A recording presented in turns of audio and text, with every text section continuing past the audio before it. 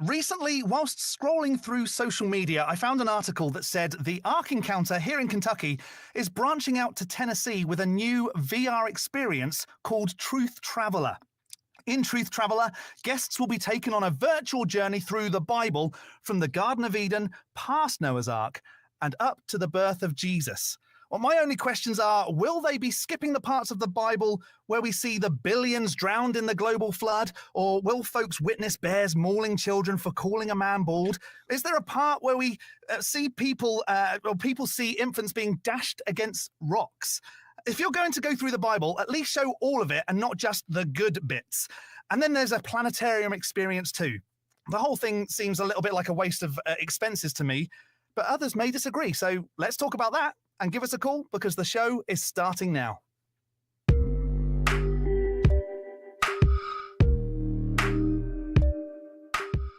Welcome to another episode of Truth Wanted. I am your host, John the Skeptick. This is the live call-in show that happens every single week, Fridays at 7 p.m. Central Time, where we talk to people about what they believe and why. If you'd like to give us a call, you can at 1-512-991-9242 or through your computer at tiny.cc/calltw.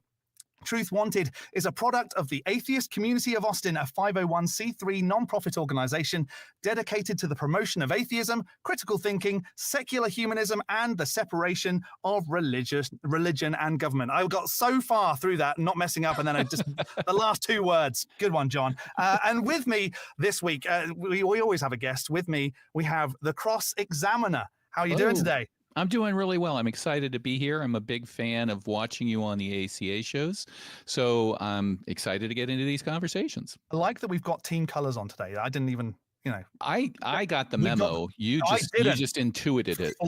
Fluke. That's what it is. Before we get started, we want to give you the results to last week's We Want the Truth, or WWTT segment. Last week, we asked you, wrong answers only, what is an alpha male? And here are our favorite answers.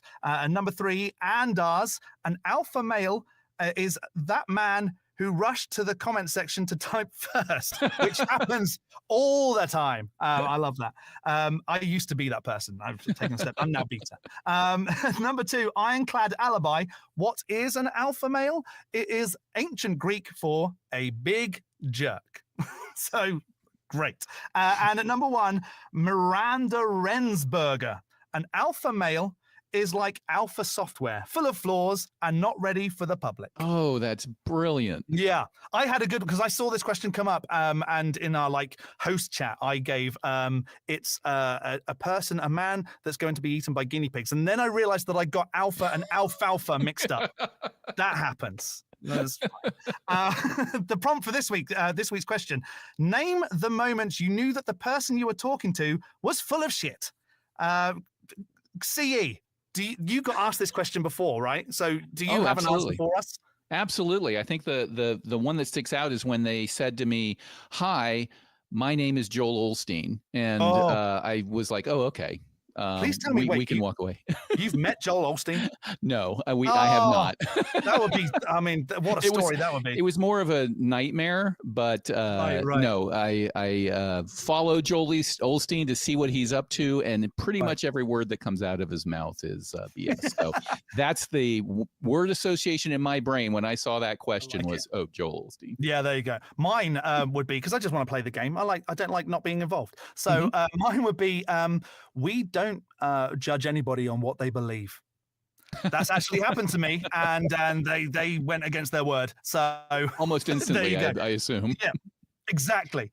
So I can't wait to see what the audience come up with for next week. So comment on this video, and your comment may well be read out on next week's show, which would be cool. So, Cross Examiner, CE, who are you?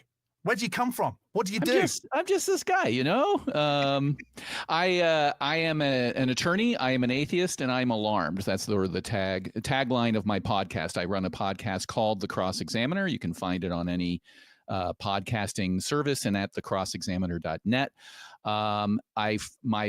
My focus is on the rise of Christian nationalism and the mountains of misinformation that powers that rise. Misinformation about the legal system that you're seeing being spread by a current very famous trial right now. There's tons of misinformation, all the way through to misinformation generally. I try to have episodes that are very specific to religion.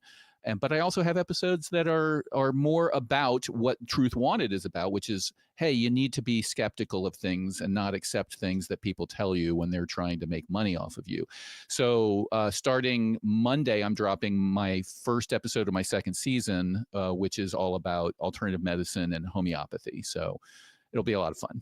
That's cool. And so how much of you say you're a lawyer, and I believe you, but how much of that training do you use when it comes to making content?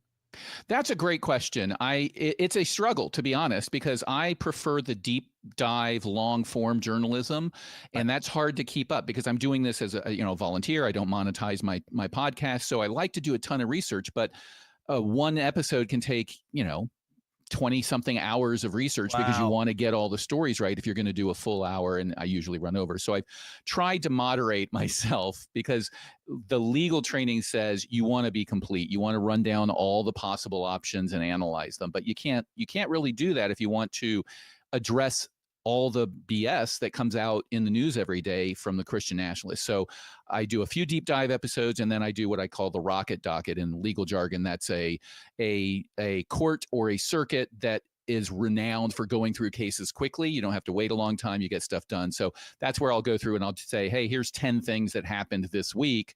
Let's talk. What are the important legal things? Here are citations that prove that this person is lying, et cetera. That I find is a little more manageable to do a mix. Right.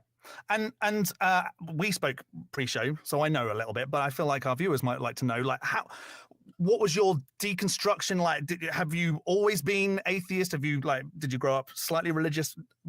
What's that story? That's a great question. My family I would not call religious growing up. I was born in Charleston, South Carolina, but my parents were always Navy and they moved around a lot.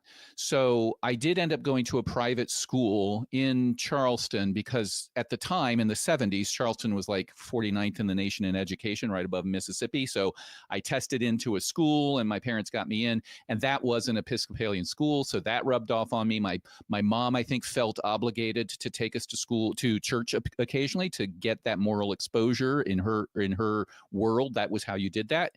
And I remember that, but I think probably starting around 12 or 13, if somebody had asked me, do you believe in a God? That's the point when I would have said no. So for any sort of reasonable period of time where I was able to analyze those questions, I don't think I would have ever said yes to that. But before then, I think, yeah, when I was 10 and somebody asked me that question, I probably would have said yes. Would you have said, because we live in a very religious country, which it shouldn't be, but it is. How did it go if someone said to you, do you believe in God? And you're like a 13-year-old and you're going, no, I don't. Because I've got a nearly 10-year-old stepdaughter who is quite vocal about her non-belief, which is not something that we've pushed on her. She's come to these conclusions by herself, but she says now to her peers, I don't believe this. And she gets almost ridiculed for it. So how would that have been, for a 13-year-old? 13-year-old would have been rough in Charleston, South Carolina at the time. That would have been like 83. I was born in 1970. So all during the 70s and 80s, that was a little awkward if you were going to say something like that. Fortunately, my dad retired from the Navy after about 20 years, and we moved up to DC, where I reside now, right when I hit 13 years old. So maybe I need to go to therapy and see, does that correspond with me being more comfortable? Because up in this area, it's not as big of a deal. It was easier to question things. That said, I don't remember ever having any serious discussions like I hear from people who live in Texas or Kentucky or places like that. I don't remember, and maybe it's because of the school I went to or the fact that we were kind of transient. I was born in Charleston, but then we moved to Connecticut, then we went to Scotland, then we went back to Charleston because of the Navy, that I never really got to a point where I felt pressure or confronted about it. So I consider myself lucky in that regard. Nice. Yeah. I had something else that I was going to ask about religion, and it's completely gone. So maybe we should go and take some calls, and we can touch on this in a little while. Sure. We do have some calls in the queue, but if you do want to call and give us a chat, You know what the numbers are. They're all on the screen, and we'd love to speak to you. So who have we got here? We've got Kilgore.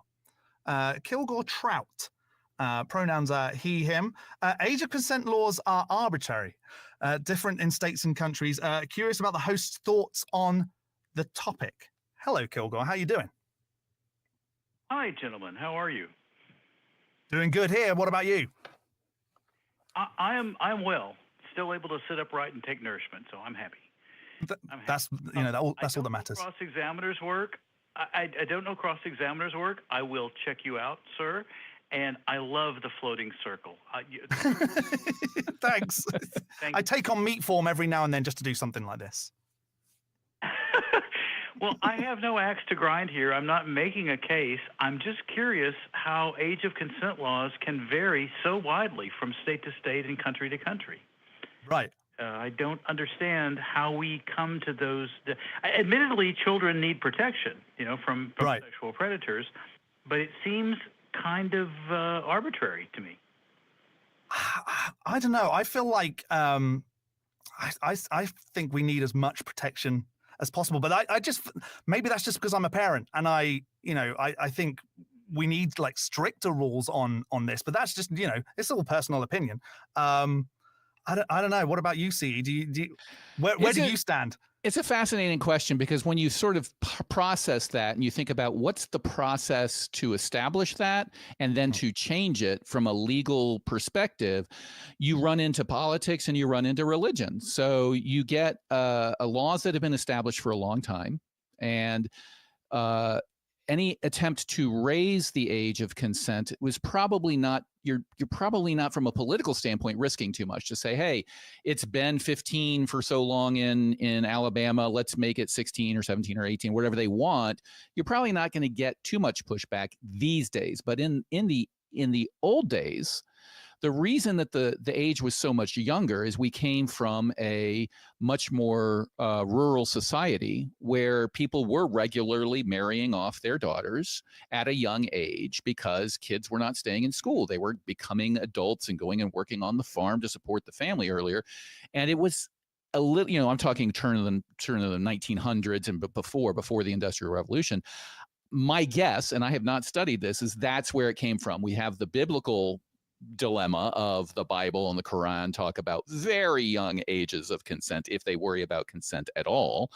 And then you take that into a country that's been farmers for 150 years, and they are maintaining that sort of pattern, and slowly over time those ages start creeping up as we learn things as a society, as we research mental health, as we research the development of adolescent brains and when consent can actually be truly meaningful.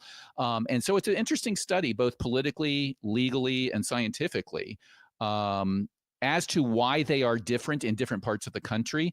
I can't tell you. I'm guessing if we look at the pattern, this is just a guess and is based mostly on stereotypes, you're going to see a trend where in the southern or more rural states, you're going to see on average a lower age of consent. Because when you think about it, even bringing it up might get you into like, why are you even bringing this up? So of all the issues I could bring up as a state legislator, hey, I think we should raise the age of consent by a year or two is not going to win you any battles, and it might lose you some battles from some rural folks or something like that. That would be my guess. What are your thoughts there, John? Yeah, I'm going to go into some personal stuff now, but when I was a kid, old enough kid, I was 16. 16 in the UK is the age of consent, or at least was when I was 16. And being a child, I was stupid and did some stupid things and got a lady pregnant who was also 16. And I just feel like there needs to be more education on this kind of thing. And people like me then wouldn't have made big mistakes like that. Thank goodness I lived in a country where, healthcare and bodily autonomy and, all this stuff isn't frowned upon. But I definitely think there needs to be way more education on this subject and some kind of agreement worldwide, not even statewide or pockets of states where people just agree on this thing. you're kind of right. It is almost arbitrary. We kind of just need to go, this is what people need. This is where when you become a certain age, you know what you want and know what's good for you and good for your family and all this. I think we just need a better education on this entire subject. I'm not a big fan of saying, well, here it's 14, so let's go and have some sex. That's not at that age. No. I was a young idiot and did some things that I shouldn't have done because I didn't know about it. I didn't know the repercussions of it. And so that's probably the journey we need to be going down, is, educating a bit better on these subjects. I agree. And I think that, and I'd love to hear Kilgore's take on this, but I to follow up on that, I think that if you study, I know that there have been studies where you look at abstinence-only education, the lack of sex education, trending that happens a lot more in the South, and you combine that with a lower age of consent, combine that with religiosity, and all of that mixed into one big bubble, you end up with a condition where the most religious states in the country have the highest rates of teen pregnancy. They have the highest rates of STD. They have the highest rate of drug addiction. They have the highest divorce rate. They have almost all the social meters. They are ranked higher. Now, I'm not going to say that, correlation is causation, right? But it happens in every country we see as well. County, country, state, there's a pattern here. Now, one could say it's that way because everything is so bad, people are more religious, but the religion happened first, right? They were more religious first. So there's a temporal element there too. So maybe Kilgore, does any of this sort of speak to you to explain anything? I think you nailed it. I think the magic word is education. And of course, no Christian nationalists are going to go along with sex education. That's out of the question. We can't let them know what's happening with their own bodies. But I was going to mention that in let's see, I got it right here: Paraguay, Peru, Brazil, Bolivia, and Ecuador, the age of consent is 14. Oh, that just makes me feel very uncomfortable. Well, I mean, look at who was it? Moore, was it? He was a politician in the South. I forget the name. It came out during a bid for him to become Judge Roy Moore. Yes. Thank you, Roy Moore.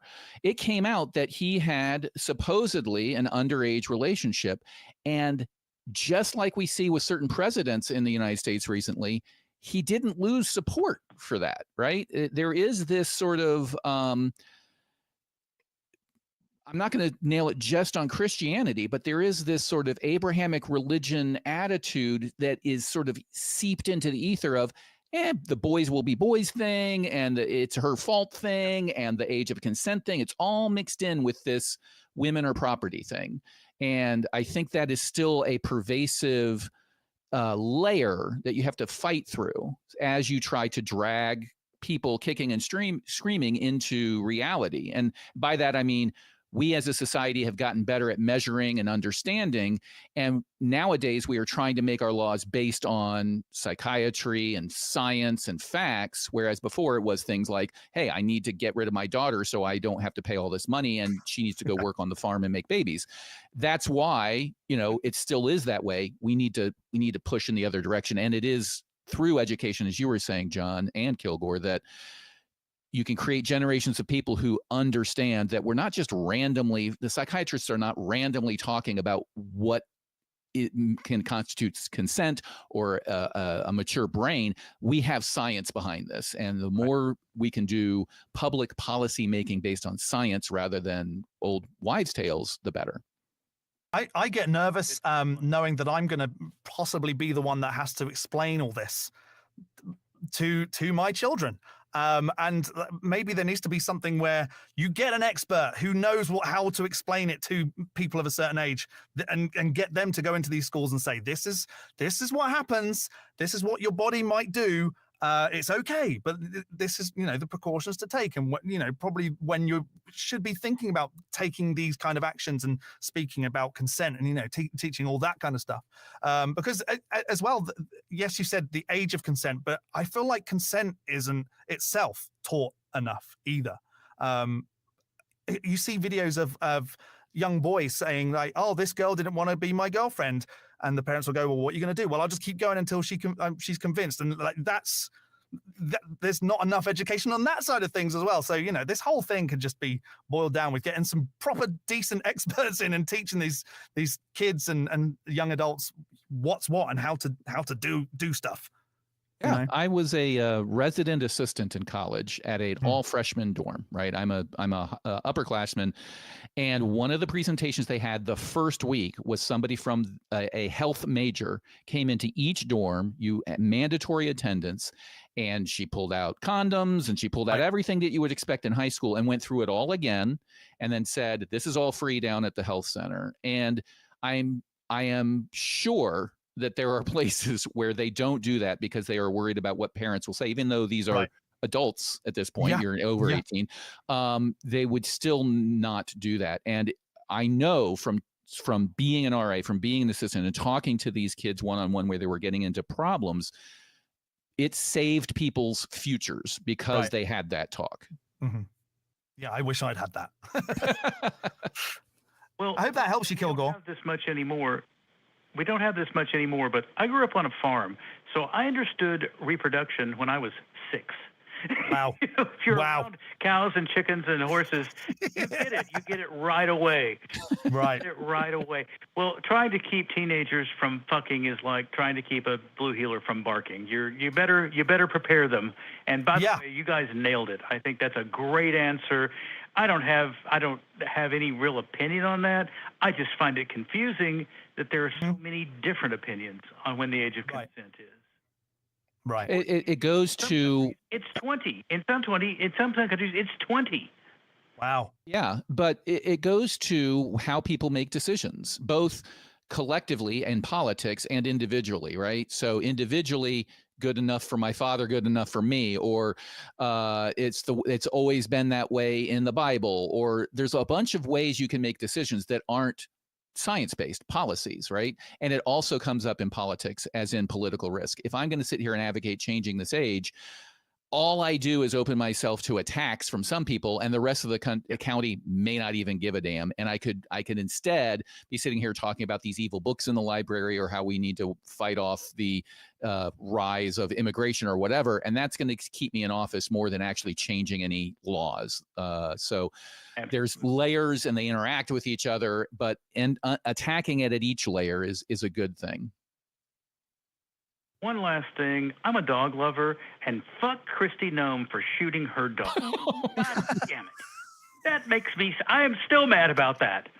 I will always be mad about that. That dog could have been rehomed so easily. Yeah. So easily. Right. I'm with you. I'm also a dog lover, and I have a dog myself. And I brought her with me from the UK. Just, Well, she's got a multiple body count. Don't forget. It wasn't just a dog. It was a goat. Right. And reading that, it was I want to avoid politics on this show, but it felt very much like somebody's telling a story because they don't want to proceed in politics, right? Who writes this thinking this will speak to many people? I think she lost a lot, and this is I don't have any basis for this other than like what reasonable politician would do this?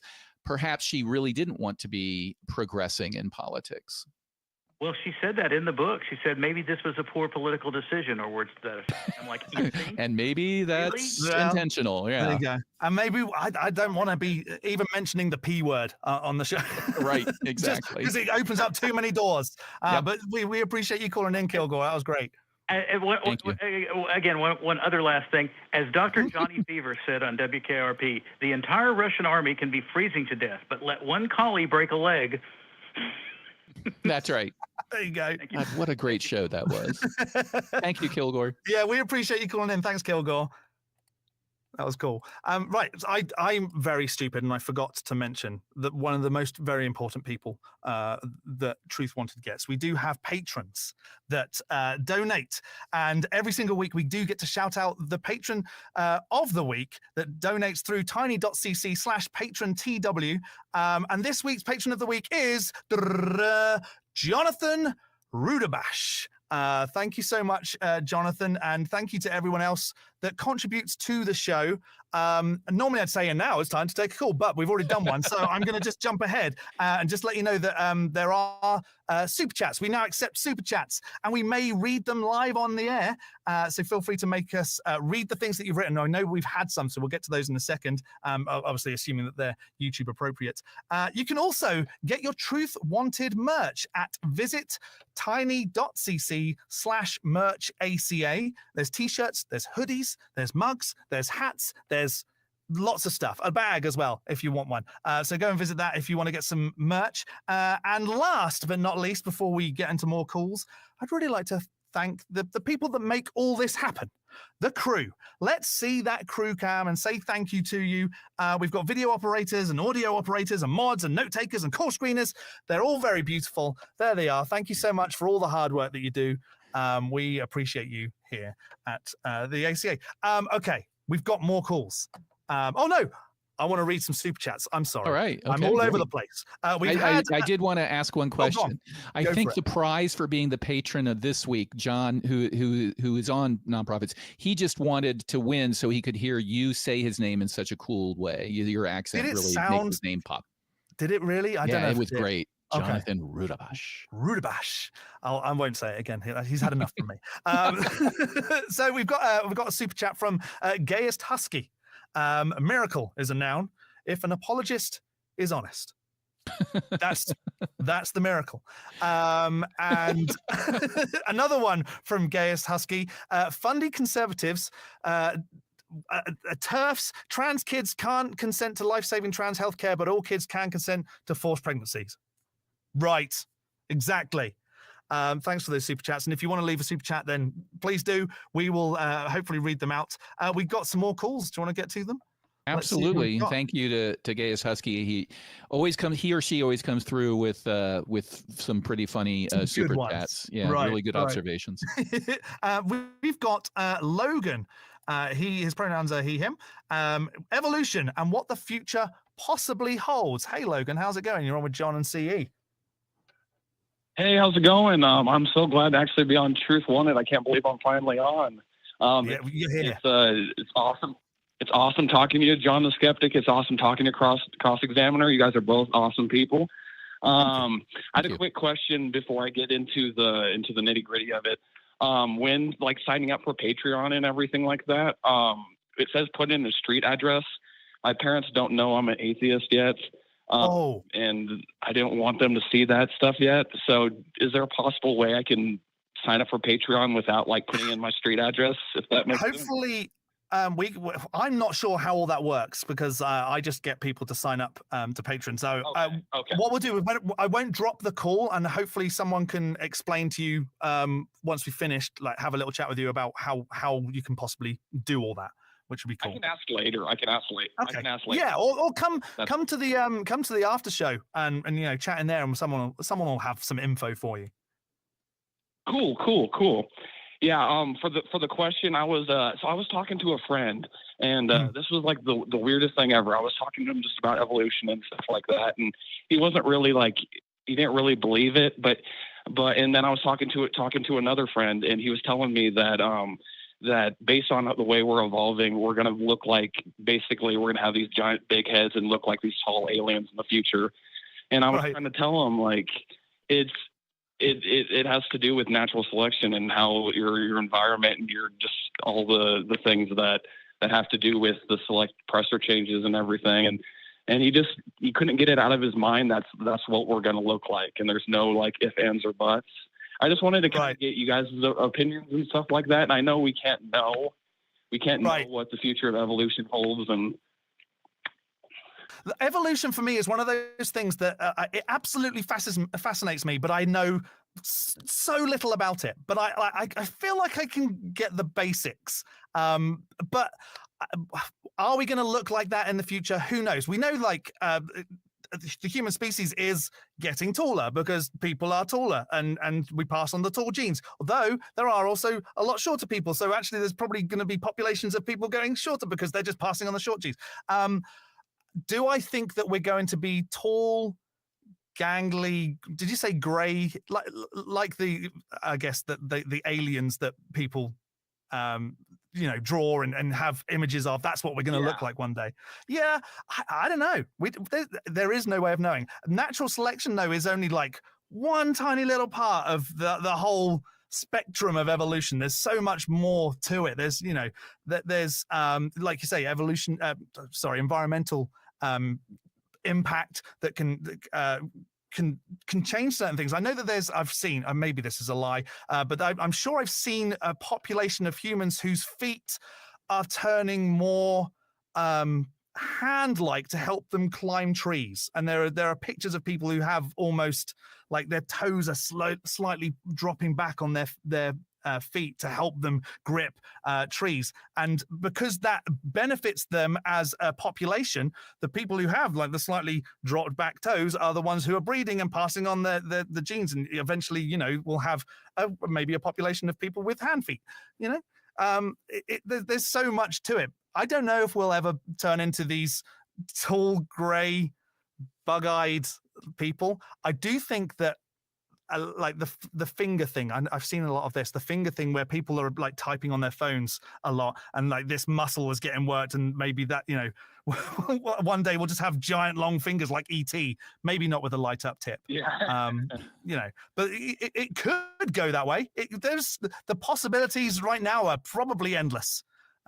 We might be able to fly one day, who knows? What do you think, CE? Yeah. I just went on a ramble. So yeah, I think your observation that Logan made that nobody can know is pretty dead on. I would add on, anytime you're going to talk about this, you have to say, well, what's the pressure to change, right? What's the pressure for our heads to change in that manner? If they get any bigger, we're not going to be able to give birth. That's one of the big problems that we're facing right now. As far as taller, shorter, bigger brains and all that, part of that is evolution, but a big part of that is nutrition. Like over time, we've gotten better nutrition, which is why when you go to Philadelphia and you look at Independence Hall, all the doorways are shorter. Even back from Washington's time to now, the average height is taller, but that is not necessarily evolution. The geological time scale needed to actually observe human evolution to that degree is probably way longer than 200 years or something like that. So anytime your friend's asking that or asserting that, I would personally say, like, what are they trying to prove? Like, where's this conversation going? How does it matter? But assuming you care, I would then say, okay, what's the pressure? Why do you think it will change? And that's a good test to see if they even understand the concept. If I take a black fox population and move it to the Arctic where there are predators, I would expect over time, a very long time, for those black fox population to become lighter and lighter and lighter and lighter because of the predation as a pressure. But if we're humans and we are the quote unquote top of the food chain, the stuff that causes us not to be able to reproduce, because keep in mind, that's the key of evolution. If you are fecund, if you are fecund, if you can make it to the point where you have offspring, then evolution's done with you. So what's the pressure for being tall and gangly and having a weird head that makes you more likely to reproduce under those conditions than not under the current experience of humanity? If you draw humanity out a next couple of 100 years, even to come close to a change in any sort of evolutionary trait, I'm thinking genetic engineering will deal with that we will get to the point where, if you watch movies like Gattaca and things like that, where people imagine what is a future with genetic engineering going to look like, we are going to be in control of that. And I think that in and of itself has the highest probability of going against what your friend is arguing, that we will actually take the reins of our own appearance and our own design, and long before any sort of evolution, because you need tens of thousands of years to start seeing really significant changes in your genetic traits. So what are your thoughts on that? Where do you think your friend's going? Do you think he would be able to answer those questions about what's the pressure to change? So he has it convinced in his mind that some kind of God or deistic God is guiding the process, and ultimately we're projected to look like those in the future. And apparently natural selection isn't at all in his view. We're just basically, it's more like a theistic evolution. That's kind of what he kind of grabs onto. He's more into the conspiracy theorists, and I still need to ask him, like, why he's holding on to that view. Like, why does he think God, quote unquote God, or a deistic being or whatever, is gonna going to guide us in that direction. Like, why evolution doesn't work that way. So it doesn't make any sense. I think he's holding on to like a God belief just for some kind of comfort, just because it gives him some kind of comfort. He knows the Christian God doesn't make any sense. He's still coming out of his beliefs. So I think he's trying to figure out some stuff here and there. There's a lot to unpack as well when you are moving away from belief. You know, for some reason it's more than just, do I believe in a God? Because then all of a sudden you do have a lot more to explain. You know, where did we come from? How is there so much diversity? And I kind of understand where he's coming from. Like, I was lucky and didn't really ever have a religion, so I didn't have that. Like, well, how do you explain this and how do you explain this? But you know, God must have done it. So I mean, I feel for him. Maybe, you know, be there for him and just help answer the questions however you can. Point him to some great content creators who have answers as well. You know, better trained than me at least in answering these kind of questions. And you can also ask the next level down questions, like, okay, if that's true, do you understand what genetics, like basic, you know, Hegelian genetics, you know, why does this pea act this way, but if I blend these two peas, it acts the other way? And you can get him to understand the actual physical elements of genetics at a basic level. He then now has to insert even more miraculous behavior to assert what he's asserting, which is not only is God just making it happen, but now God's got to make this particular chemical reaction sort of disobey the laws of physics as far as reproduction goes and probability goes when you study genetics. So maybe not addressing the religious aspect directly, but actually saying, let's educate ourselves on the mechanics of geneticism, because that's should be hopefully relatively indisputable when you go look at the science and the studies and the facts and your basic high school biology classes. Maybe you start there without sort of alienating him regarding religion. You can just say, I was confused why you thought that. I realized I didn't understand. So I'm gone off and read this book and it's very interesting. Would you like to know more? Because I think it might help you refine your theory. And that's just a way to sort of say, hey, you know, really what you're saying is, can I educate you a little bit and then see if you still hold the same beliefs, or do you have to moderate them? I think that is very well said, perfectly well said, cross-examiner.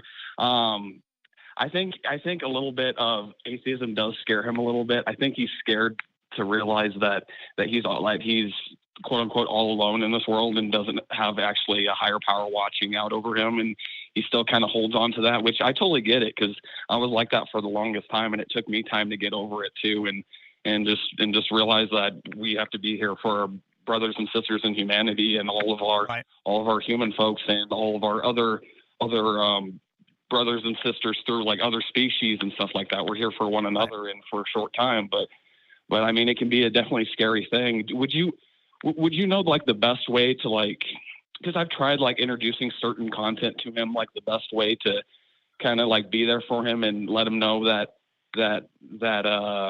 what's the word? Let him know that it's okay, because I think the whole death thing kind of does scare him. Right. Yeah. I mean, there are books that you can point him to. There's resources. I mean, I don't think Freedom from Religion Foundation is going to be like good in this instance, but there are sources like that where you can just recovering from religion. Yeah, recovering. Yeah. That's the one. Yeah, sorry. And I mean, there's multiple things out there. So you could just say, look, here's some stuff to read to help you if you are having trouble with the deconversion thing. But also, he doesn't have to deconvert. You know, if he has comfort in it, great. Because I know a lot of people who personally they don't force their religion on anyone. My mother-in-law is very religious, but she never talks about it, because the times that we have discussed it, she has just said it just gives me comfort, and that's all it needs to be. And you know, answer the questions as honestly as you can. If you don't know, just suggest things like, you know, some of the ACA shows. There's tons of resources out there. There's a whole back catalog of videos that will probably have the question that he's asking on there. So, you know, I'd go through there and use that as a resource, maybe. I agree entirely. I think the goal should always be to moderate people's views, not to eliminate a certain belief.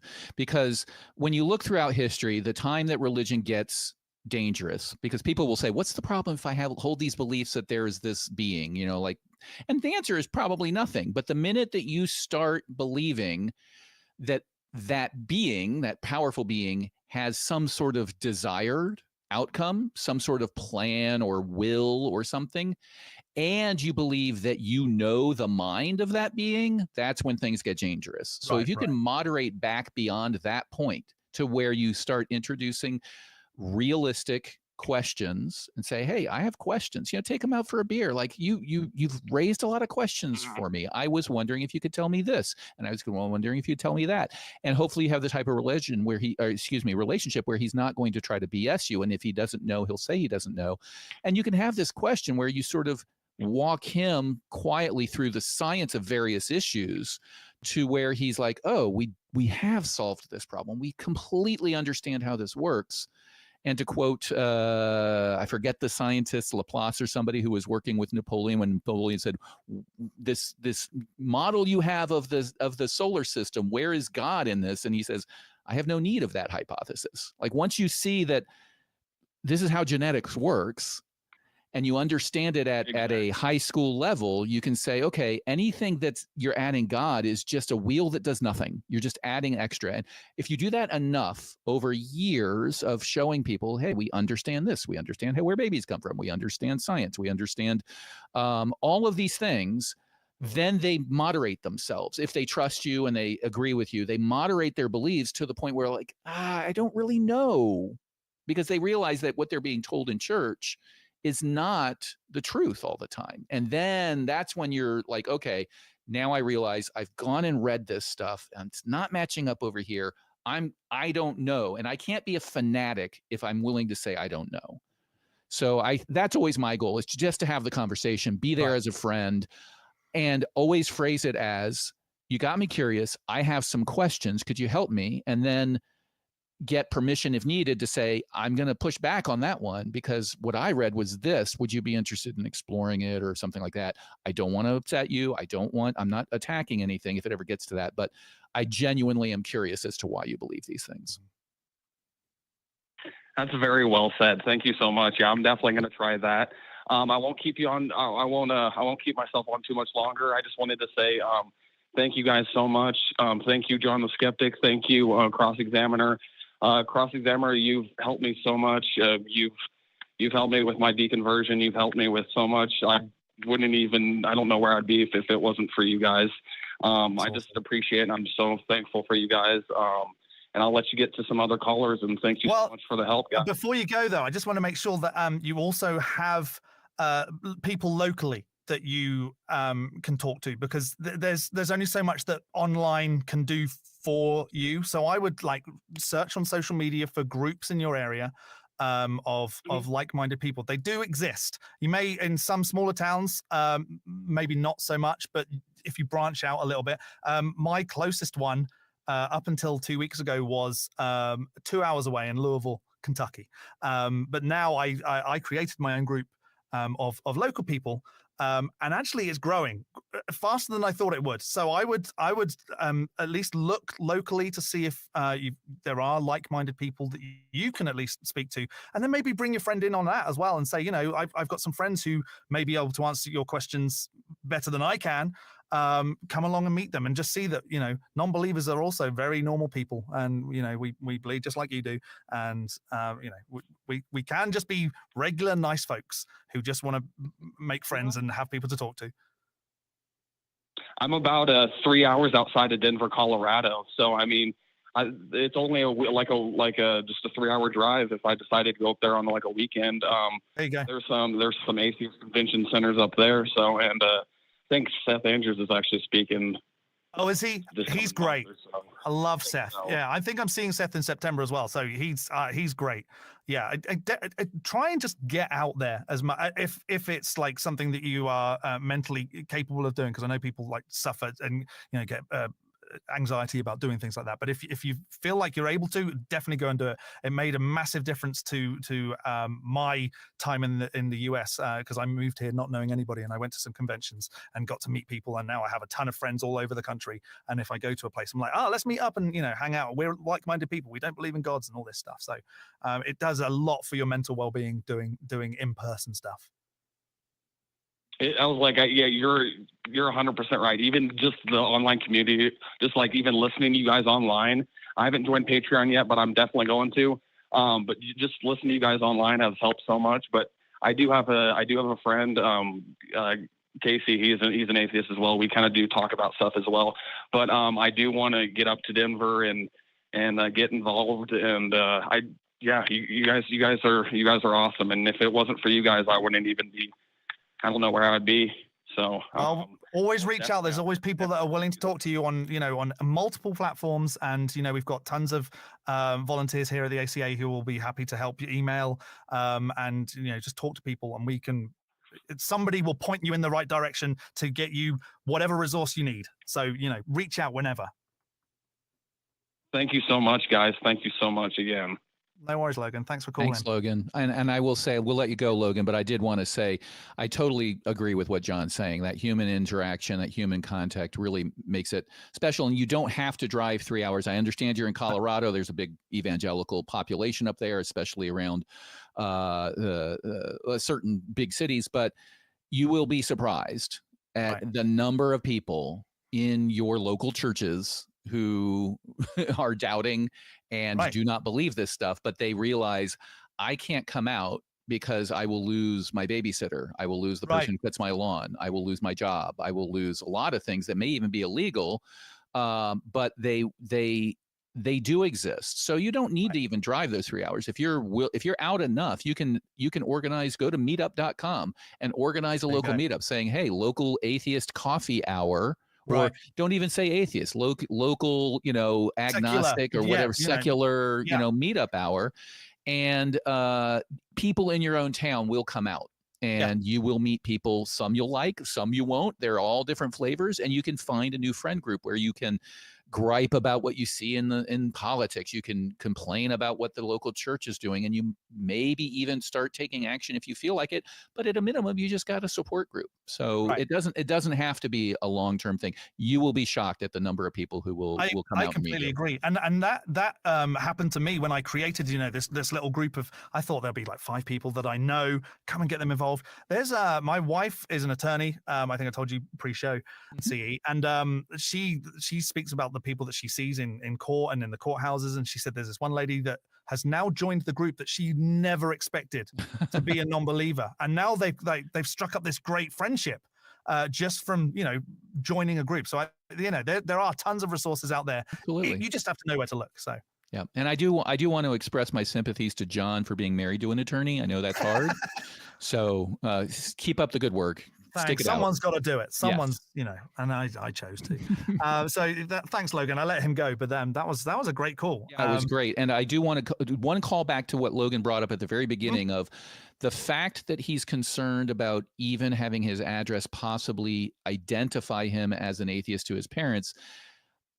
For people listening, this is the type of stuff we deal with all the time. People always wonder, like, why is it such a big deal? Why do we have these calls? This is why, because there are people much worse off than he was that are terrified, that are living in a world where if they come out, they're going to get kicked out of their parents' homes. They're going to lose their entire community. So this is why we do what we do. Yeah. And just reach out. And I think actually now I'm thinking about it, I think the Patreon thing, I don't think they ever send anything out. I think it's just so like they've got a registered address. They know you're a real person. So I think, but double check that. Yeah. We do have another call. We do have space in the queue. If you want to give us a call, the number is at the bottom of the screen there. But we've got no stranger to the show, Blind Limey. Hey. How's it going? How are you doing? Doing all right, chaps. Just thought I'd call in as a caller. Bit nostalgic, to talk about the topic that was posted in the poll. Right. And as my thing says, like, religion doesn't need to be in science museums. We already have museums for religion. They're called churches. That is correct. But further to that, it's one of the things that, I mean, I would like to see a world where superstition goes by the wayside, obviously. We wouldn't be doing what we would do if it wasn't for that. But I don't want those vaunted buildings torn down or destroyed. I want them preserved. They are a cultural artifact. They're also quite beautiful. And so, you know, I don't want churches burned. I don't want them torn down. I don't want them destroyed. I just want them to go the way of horse-drawn carts and leeches in medicine, like part of history that we can look back at. Weren't we so silly? And we're lucky as well, Blind Limey. I'm going to call you Jamie, but everyone knows. Yeah. We're from a place where we have really beautiful churches, and some of the churches in the town that I'm from are huge and grand and beautiful, and people should go in and go, oh, look at the architecture and how they built these things in the 1700s. I'm sorry, America, you don't have that because you're so young as a nation, but we've got that beautiful architecture. Let's show them off and go, you know, this is what people believed back in the 1800s, and this is a gorgeous building to go along with it. Can I object to us accepting Blind Limey's call, because now it's 2-1 Brit to American? Right. I feel attacked, quite frankly. Your comment about how old your buildings are remind me of the old Milton Berle line when we'd meet somebody like, oh, I've got underwear older than you. You know, that's the British attitude here. Yeah, but I agree. I find some of these buildings beautiful. I don't know if I'm allowed to plug locations, but I am a board gamer, and I go to Gen Con, the big board game convention in Indianapolis. There is a pub there. If you Google Indianapolis Pub in Church, great. They're friendly to the conventions.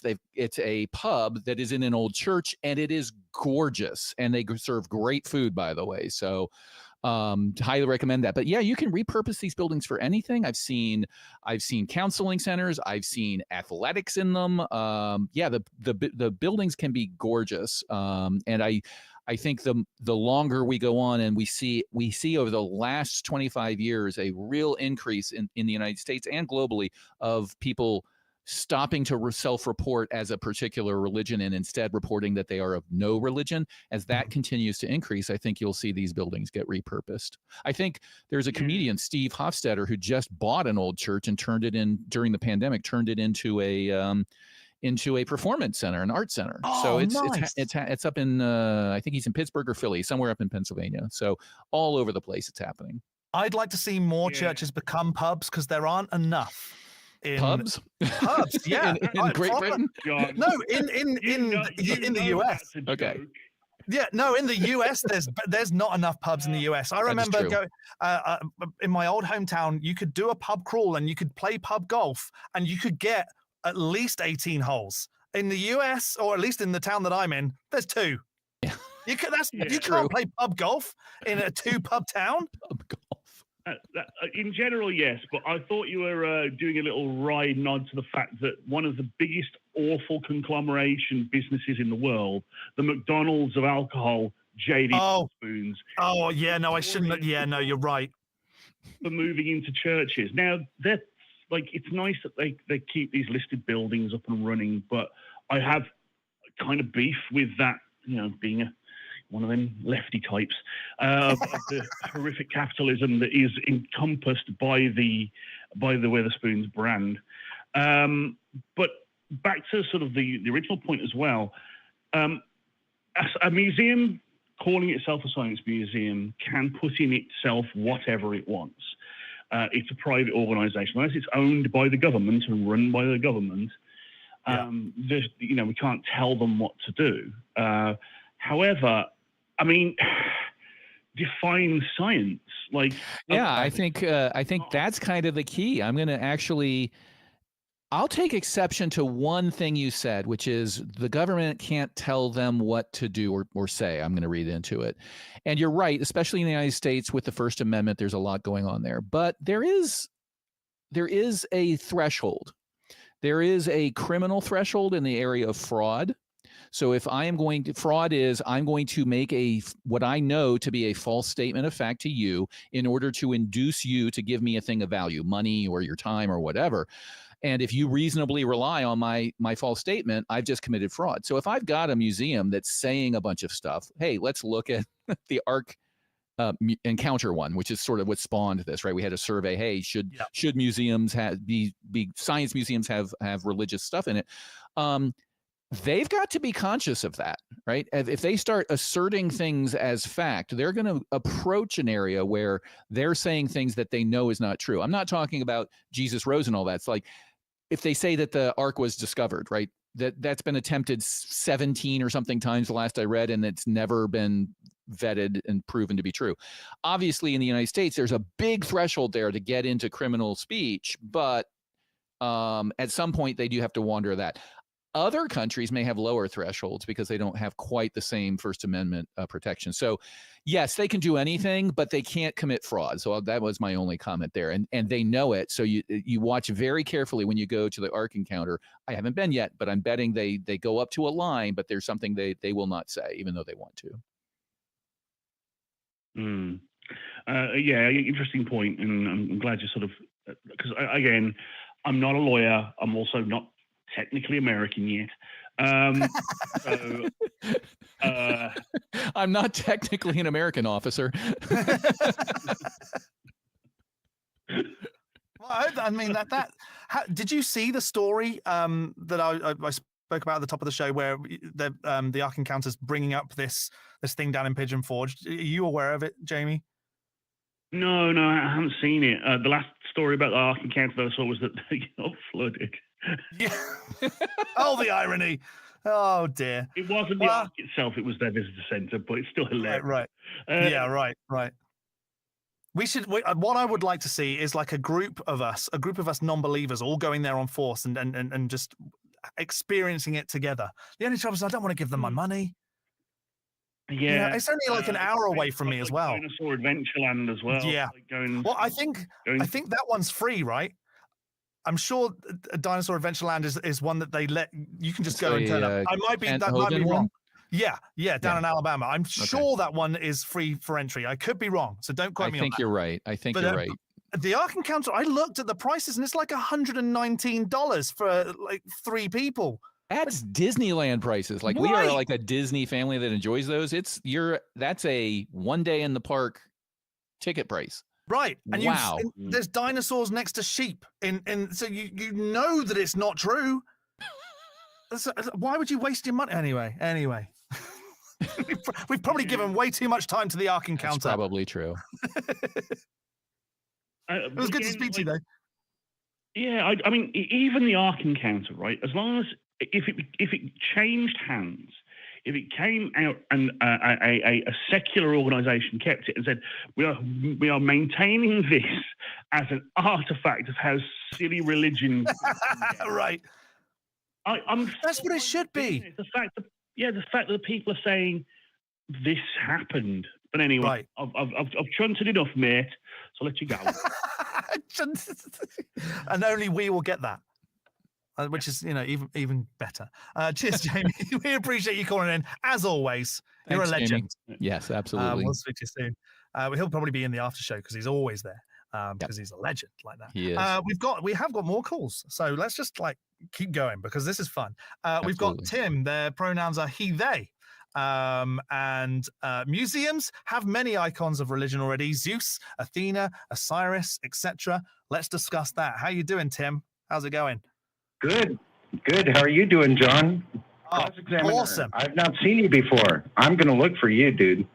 Thanks. I like what you've been saying. Yeah, I had to wait till the second half. I'm going to look for you. Like that could be, you could read that 2 different ways. Yeah, right. Have you seen Baby Reindeer? Don't say that. Don't say that. Okay, I'm going to look for your content so that I can. There you go. That's so much better. So much better. What have you got for us? So let's discuss that museums already have this stuff. Right. I mean, we've got like the Smithsonian that has a lot of different icons of past religions, such as Zeus, Hera, Athena, Osiris. We have Tutankhamun, which is actually sort of a religious type thing as well. We also have the Parthenon in, where is it? It's Tennessee, I believe.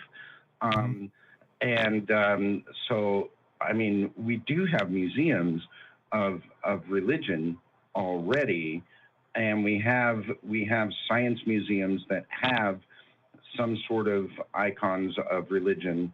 And why not have these icons? Because it is our past. Whether we believe it or not, we do have, it is part of our past. And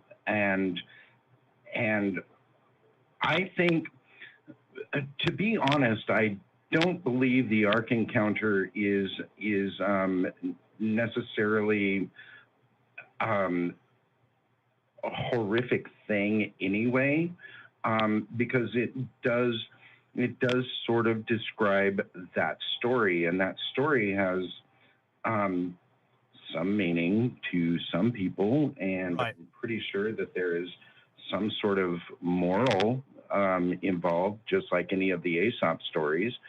But and I think it would be kind of fun to have a whole bunch of atheists, a whole group, hundreds of them, just going through the Ark encounter and laughing at the whole shit, saying, "You actually believe this? Because this is not what it is." But even if it's already debunked science, it is stuff that is what was in our past. And sometimes I agree. I agree with you. Just real quick, I want to jump in and say I agree with you. I'm pretty sure a lot of people would agree with you. I have no problem with that. In fact, I encourage it. The more, the merrier.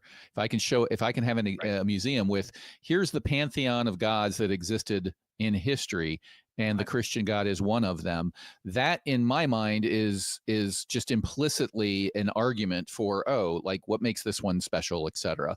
But I think my focus is, where's the line? The Smithsonian having a tour of the Tutankhamun artifacts and saying, this is what we found in the ground and this is what people of the time believed, it's 100% accurate. You can slide down the scale, however, pretty quickly to, here's the Ark, this is what happened, gather around, children. The lesson here is, God messed up a couple of times, and the way he fixes problems is he murders everybody on the planet except for one family, right? Like, and you can go even further to say, and this is all evidence that this is true, and you can start actually lying. So I draw the line at accurately describing what you are presenting, and beyond that, people of course can display whatever they want. I really like your observation that, hey, there are science museums that have a bunch of iconography in it. That doesn't necessarily mean anything other than, hey, this is, like you said, this is what we found in the ground. This is what we know happened in the history, and this helps explain things. I'll take it further. I don't mind comparative religion classes being taught in public high schools. Read the Bible, read all of these other things.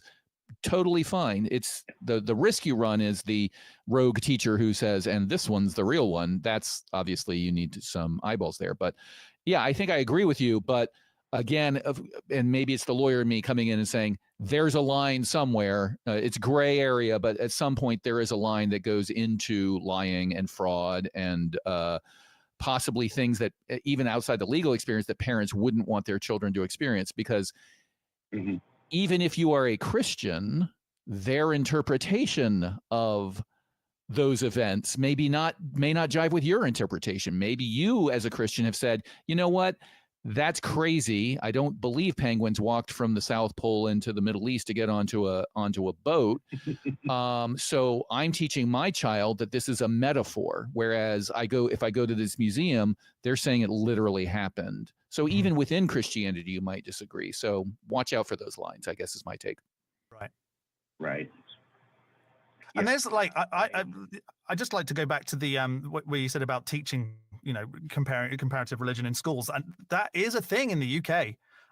Which it surprises me that it's not over here. We had a religious education class once a week in high school, and we would learn about the multitude, the big three, and then the older stuff, and talk about the gods that various people believed in.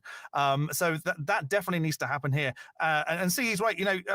It all depends on how they're selling it in these places. If the Ark Encounter are selling it as this is the truth.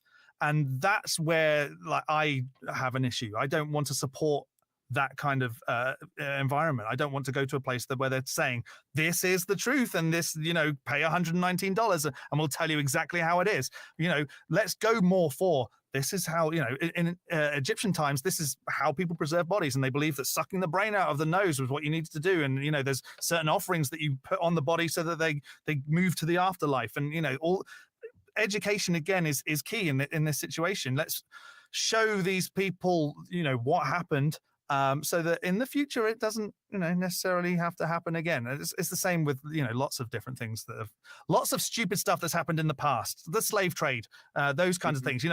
We need to talk about what happened so that it doesn't happen again. Let's move on. Let's be progressive. People believe that a man built a boat and had two of every kind on the boat and fed them for 40 days. And then they all dispersed after the boat was touched ground again. And the carnivores didn't eat the herbivores until they got back to their environment. And, they don't find any fossils on the way out of the Ark. That's not the truth. That's what people believed. And if somebody says that to you, you can say that sounds a bit silly to me. Right. I completely agree, and the thing is that if we are using our museums to discuss art, I mean, like the Pietà is probably one of the most beautiful pieces of art in marble that one can think of. From that time, Michelangelo did a beautiful job with that sculpture, right? The Pietà. I'm not familiar with it. Is that the one with the woman in the fine dress, the silks? Because that's the one I think of with the marble. Pietà. Which one is that? The Pietà is Mary holding the body of dead Jesus. Oh, okay, got it. That Michelangelo sculpted. And it's very beautiful. It's a very beautiful piece of art. Oh yeah, I'm looking at it now. And it's wonderful. And having that in a museum, I think, is very important because it is a piece of art. So that type of thing. But then I think we're moving more into art museums more than we are science museums, right?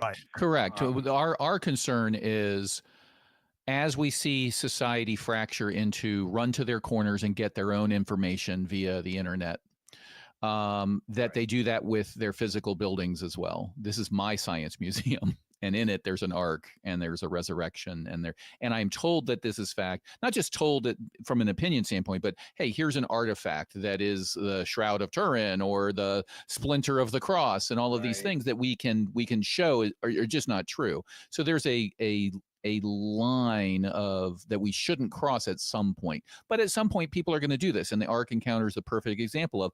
We want our own building where we can go tell our own stories. I agree with you. These sculptures, Michelangelo's sculptures, are gorgeous. I don't know how a person does that and make it look like this fabric is waving, and your brain has to go, wait a second, that's rock. But we can also present it in context. Who paid the bills back then? The church.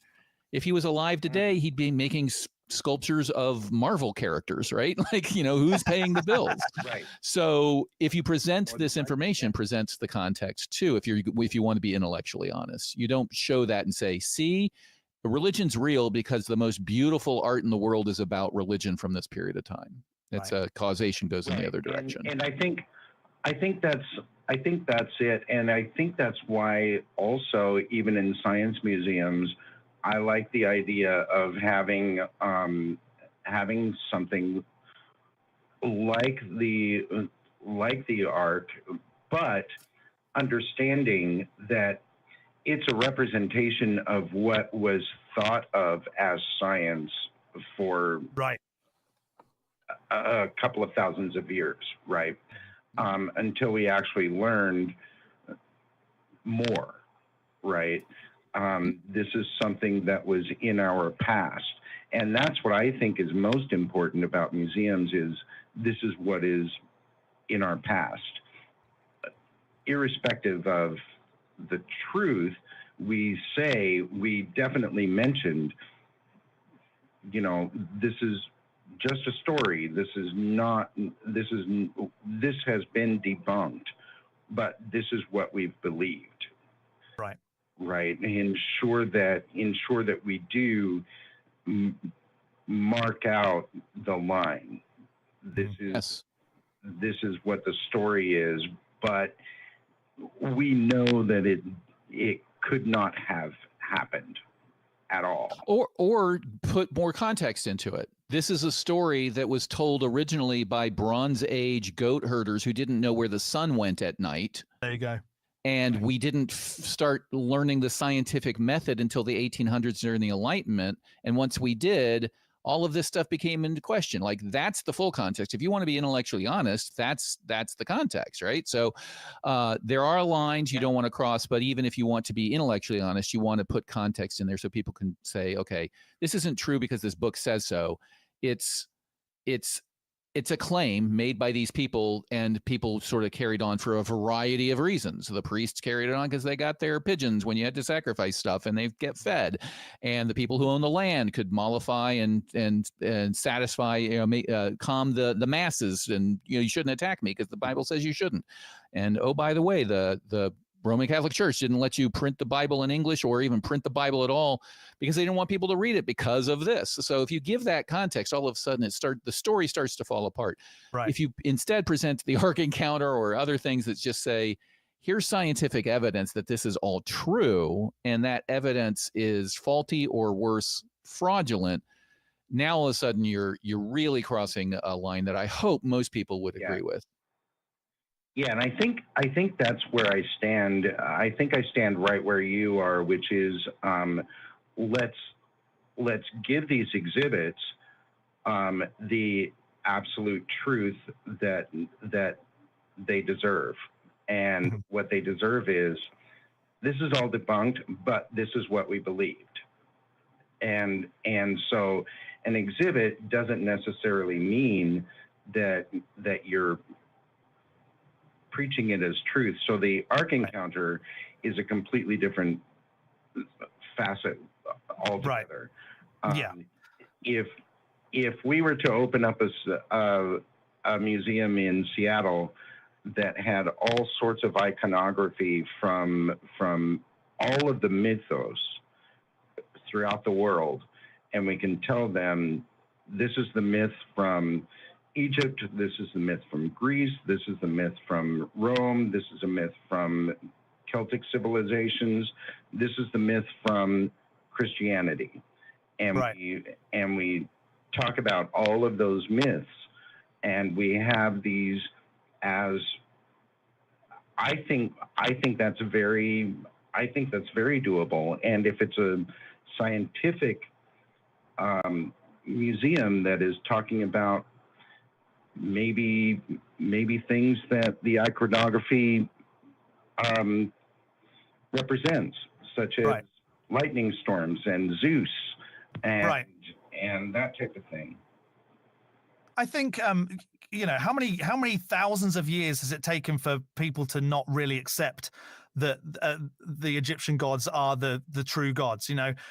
Who's to say that in a couple of thousand years there might be some museums that go, this is what people believed in the 1900s. And people go, wow, Mom, look at this. They believed that three wise men came to a baby in a shed somewhere and gave him some presents. I do think, and we're seeing it more and more, people are stepping away from it. And I do think that, in a few thousand years, maybe even, hundreds of years, we'll have a significant decline and we'll move from this is the truth, this boat exists because Noah did this, and it will become this is what people believe back these days, and we can just go, oh, that's nice, look at the nice architecture of this boat, that's great, and that'll be the extent of the appreciation of it. Yeah, and the sign that it's a legit inquiry is they don't just focus on that one religion, like here's the old one, here's a newer one, here's a newer one, here's a newer one. The same way that, hey, if there's a museum somewhere and it's got World War II memorabilia in it, that's interesting. If it only has Nazi memorabilia, now all of a sudden I'm a little more suspicious about their motives, right? Yeah, you need to have an honest inquiry, I think, as you present this as a display for the public. That said, there's always going to be a market for people to come in and have their pre-held beliefs confirmed for them. Yeah. Right. And I might be a little bit more optimistic than you are, John. I think it's going to be taking a little less than 100 years or more for us to move out that way. Right. But I do agree with you. I think there will come a time when we will look back, and we as a species will look back and say, wow, we actually thought these existed, because what do we do with the other myths that we read about, Zeus and Jupiter and Osiris and Cernunnos and all of them. We look back and say people for hundreds or more than 1,000 years believed in these gods. Yeah. And so yeah, I think that's very possible, but I am more optimistic that it's not going to be quite as long as you do. Let's like in 100 years have this call. Well, you call back, maybe, I don't know, I probably won't be alive in 100 years, but you never know. But if we are, let's have a call and see where we are. That's the only way we're going to put this to bed. Well, it was great talking to you, Tim. Thanks for calling in. Thanks so much for your call, Tim. That was really interesting. So, thank you. Have a good one. That's, I mean, I love that people are also thinking, in 100 years, 200 years, there's going to be these celebrations of what people used to believe in, but we don't believe in that anymore. That's, there's only one way to go with that, I think. And I think we're getting there. Yeah. We do have one more call. We've got time for one more call before we wrap up. So we've got John, pronouns are he, him, in Canada. Would like to see what we think about the Creation Museum in Kentucky. How you doing, John? Hello, John. Skeptick, cross-examiner. How are you? Good. How are you? Good. So I was wondering, what do you think of the Ark Encounter in Kentucky? I want your true opinions. I can only speak for myself. I've never been, and I wouldn't really like to say what I think of it, having not been inside the building or boat. I'll echo that. I will say that I have not been, and I like to withhold my opinion until I have some evidence and facts. I have looked at their website. I have heard what their ticket prices are.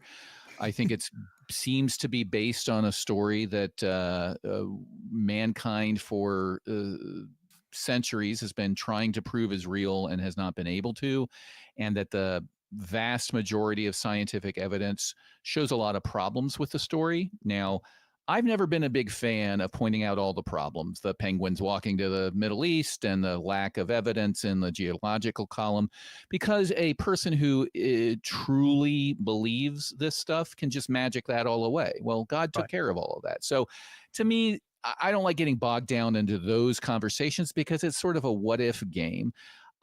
I think that the time to believe something is when you've been provided sufficient evidence. And as far as I can tell, and I'm open to being corrected on this, over the centuries that people have been trying to collect evidence of this story, we don't have any that supports it. And we have a bunch of evidence that shows that it would have taken a multitude of miracles to pull off. So given that, I think that there's no evidence for what they're displaying there.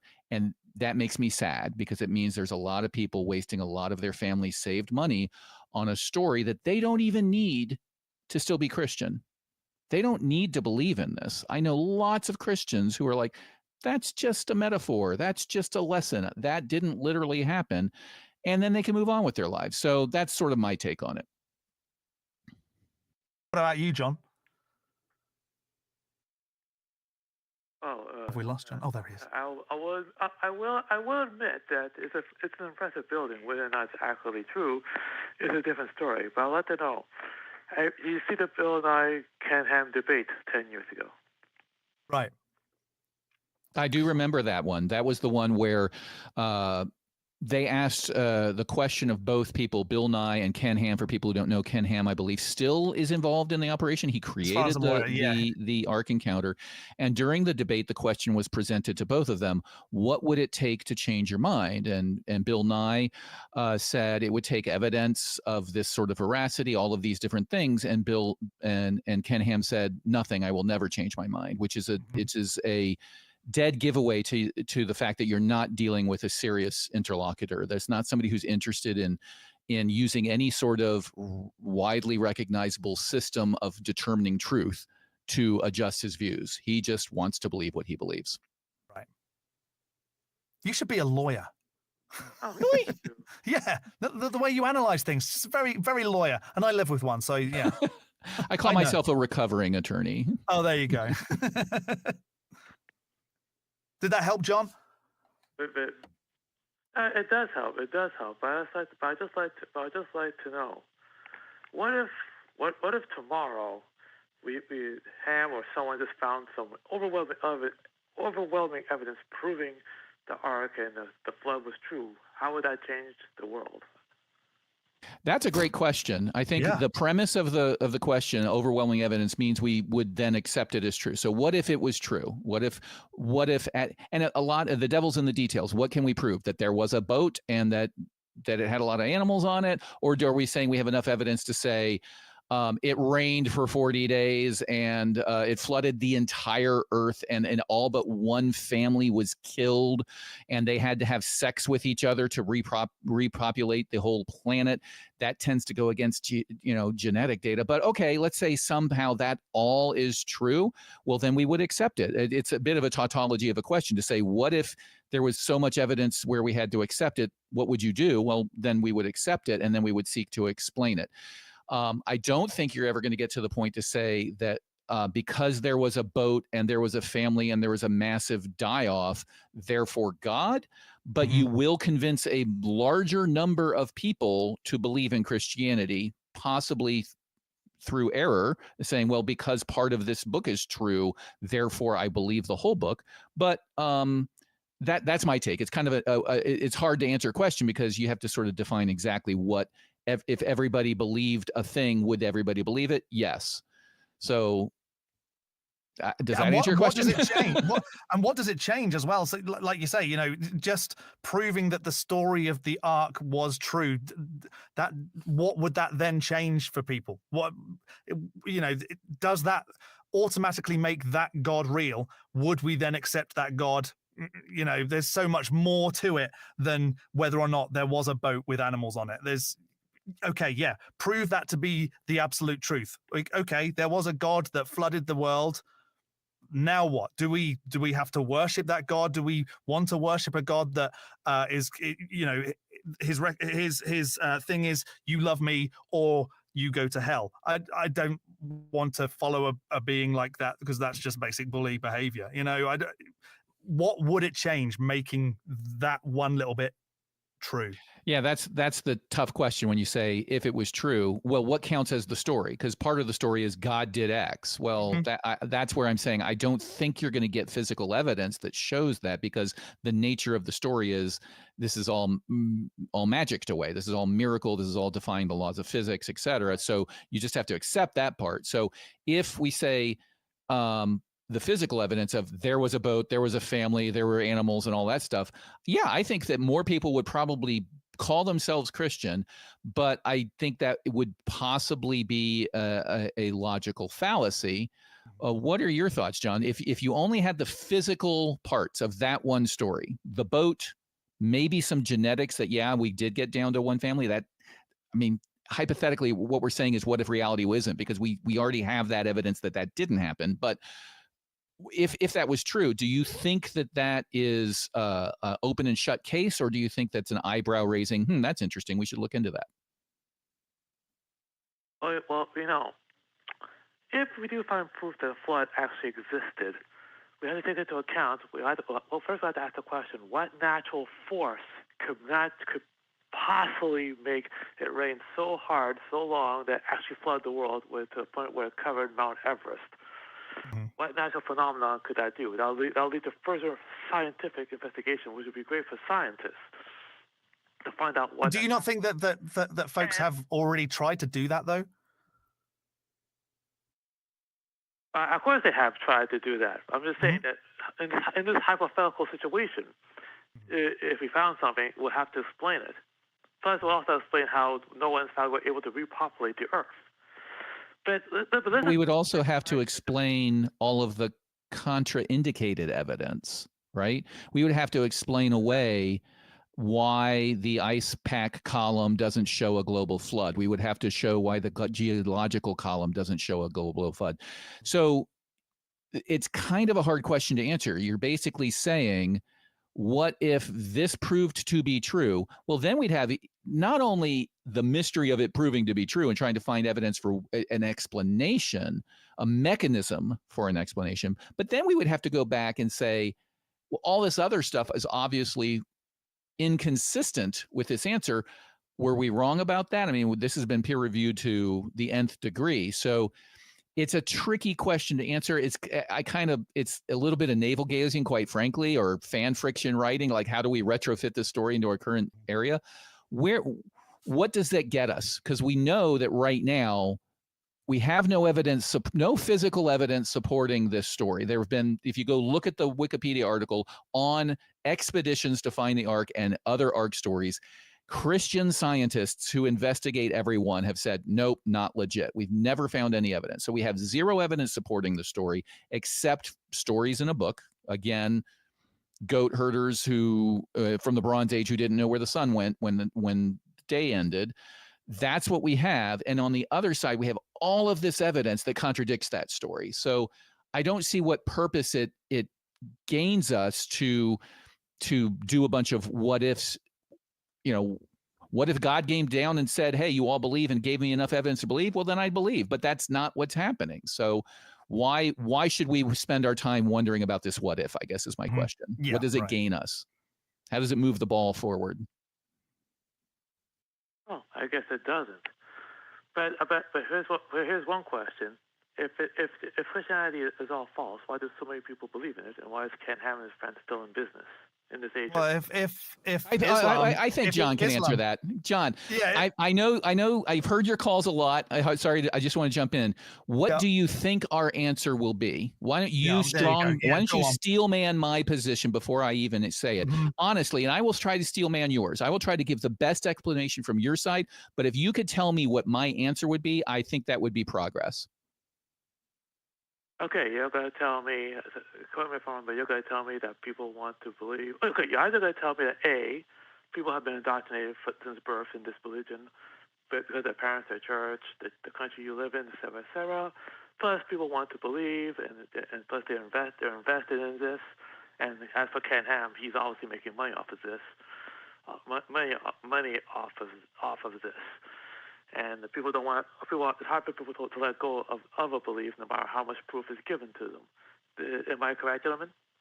I think you left out some important parts. I'll give you a C on that one. I think that's progress. You understand, but I think my answer, at least, and I'd love to hear your thoughts, John, are throughout history, humanity has been wrong in massive numbers for a long time. So your question was, if this is false, then why do so many people believe it? That's a logical error, our argument from popularity.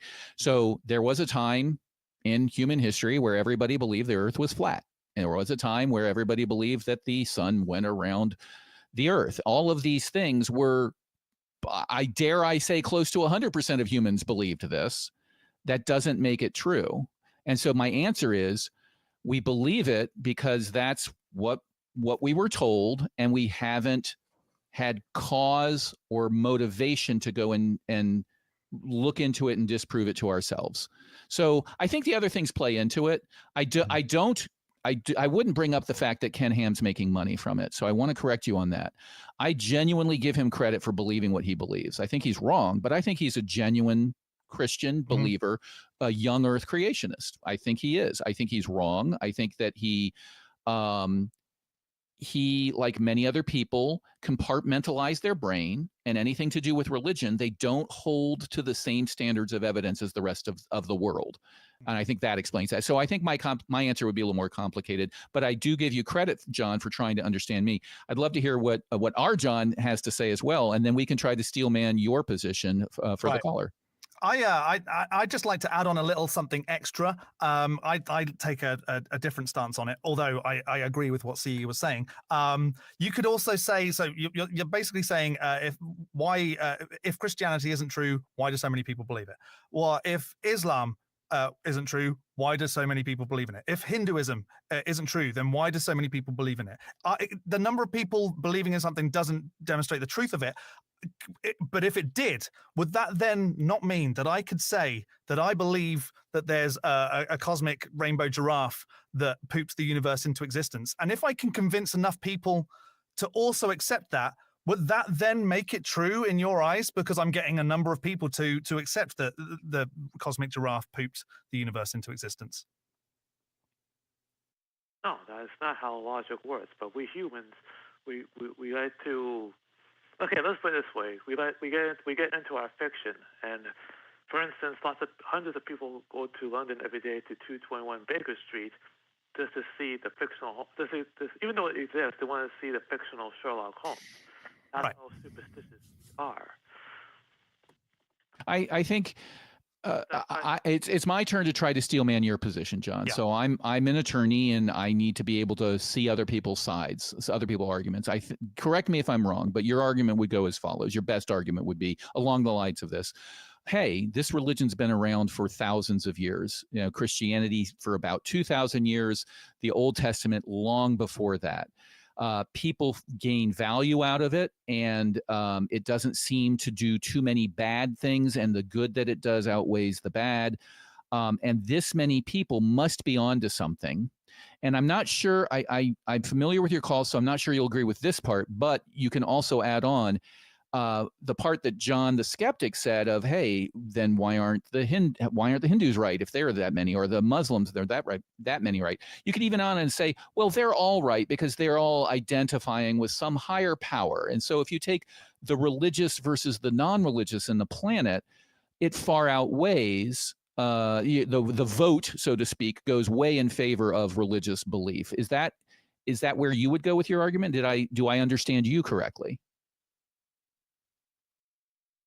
To a certain extent, but what I'm in favor of is an honest intellectual investigation. That's what I'm looking for. I think everybody's after that, though. I think we all want to have, like, the most, at the end of the day, the most intellectual. Some people like me will say stupid things just to be stupid, but we do at the end of the day want the truth, and we want to get to the truth the right way.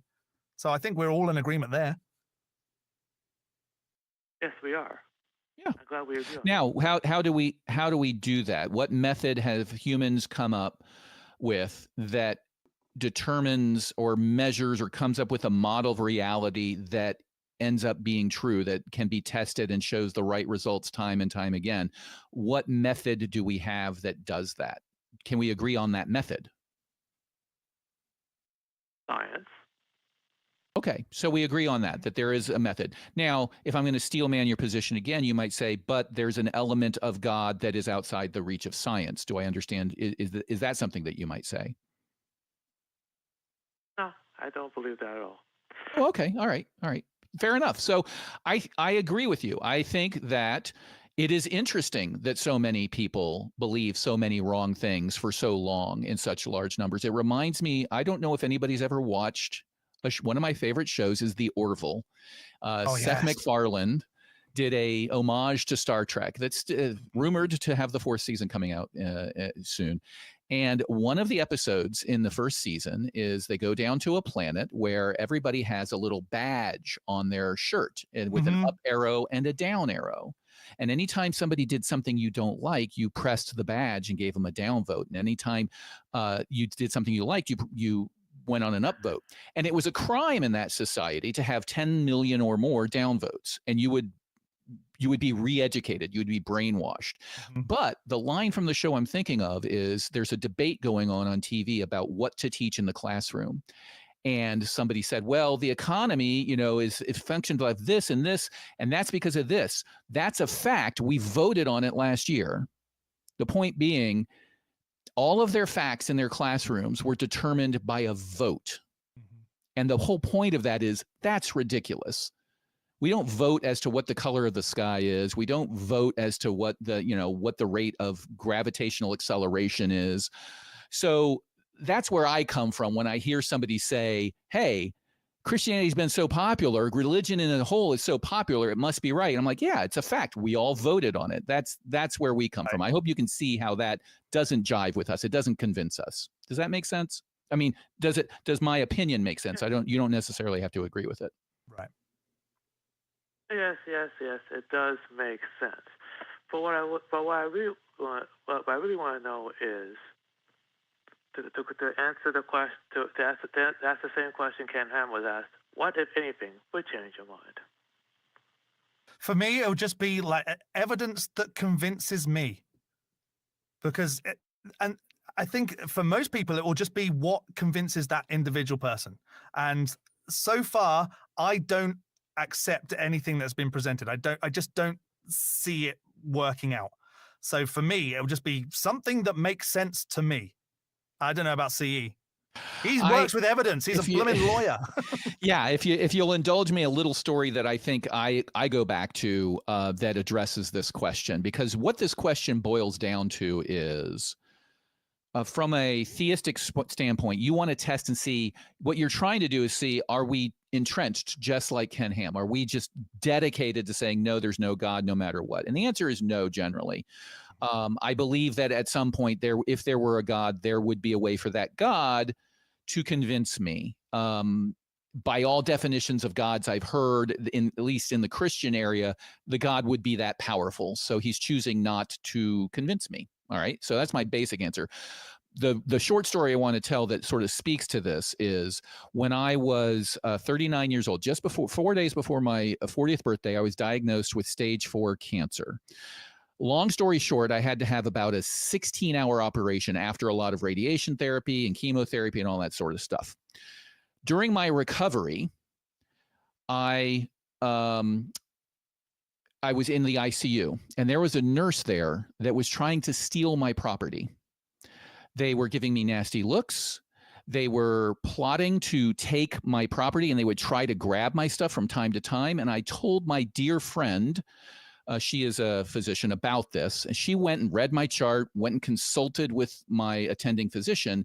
They came in and said, yeah, your heart rate wasn't coming down. We put you on this alternate pain med. We're taking you off of that right now because you're hallucinating. Oh. They took me off that pain med. And with 1 hour, I realized, holy shit, like I would have sworn under oath that this person wanted to kill me. And I go back to that time and time and time again, because when I get into these discussions with Christians and they say, what if God wrote on the moon, John 3:14 or whatever right. It is, right? Yeah. And I would say something like, well, I need to make sure I wasn't hallucinating, or it wasn't aliens, or it wasn't whatever.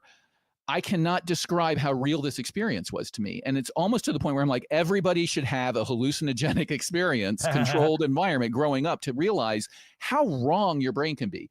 And another story from being an attorney, eyewitness testimony, your own perception of reality is crap. We are very, very, very bad at seeing a thing, running it through our model, and understanding what is really happening. So that's my long way of saying what evidence would convince me. It's the standard answer that you're going to hear from most people, which is, I don't know, but a God that's as powerful as most people describe would be able to convince me.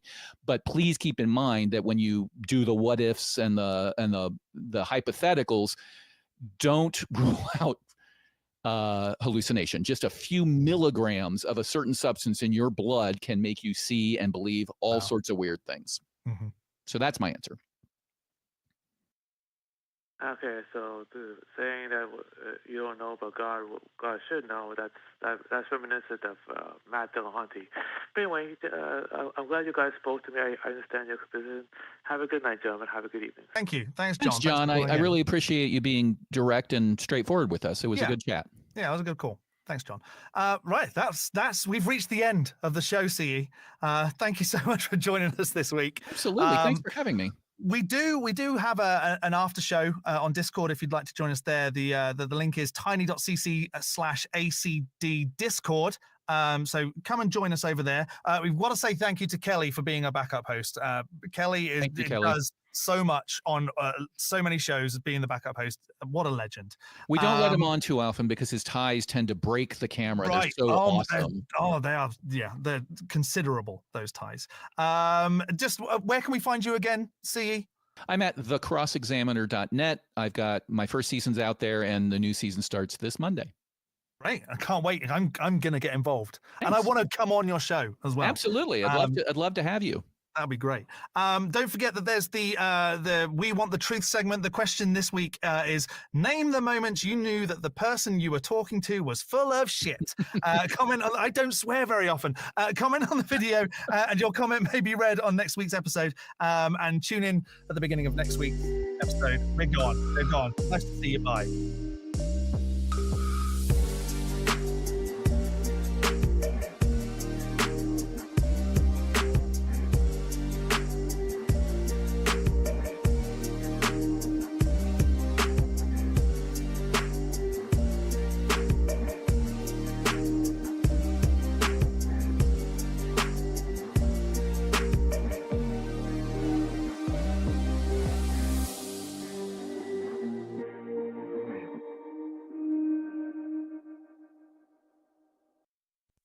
Watch the non-profits and join the hosts in the live chat. Visit tiny.cc/YTNP.